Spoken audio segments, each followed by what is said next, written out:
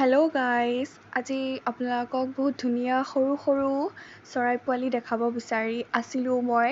এইটো ভিডিঅ' মই আগতেই বনাই থৈছিলোঁ যেতিয়া সিহঁত সৰু আছিলে, এতিয়া ডাঙৰ হ'ল।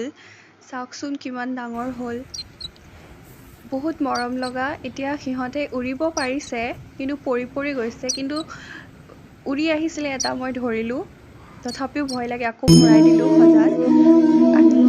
কেইখনমান ফটো উঠাই বোলো আপোনালোককো দেখাওঁ। যদি ভাল লাগে কমেণ্ট কৰিব, লাইক কৰি দিব।